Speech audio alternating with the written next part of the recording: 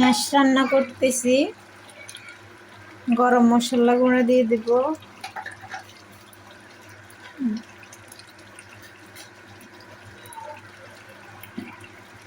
এলাচ গুঁড়া, ধনিয়া গুঁড়া দিলাম, দারচিনি গুঁড়ো,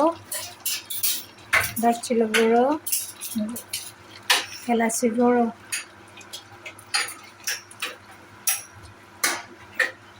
গ্যাসের খুব সমস্যা, ইলেকট্রিক চুলাতে রান্না করতেছি। রাতের বেলা রসুন দিয়ে রান্না করব।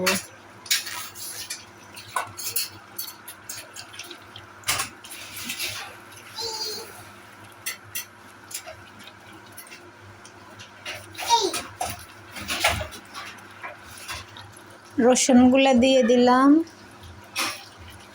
কাঁচামরিচ দিলাম। রান্না হওয়ার পালা।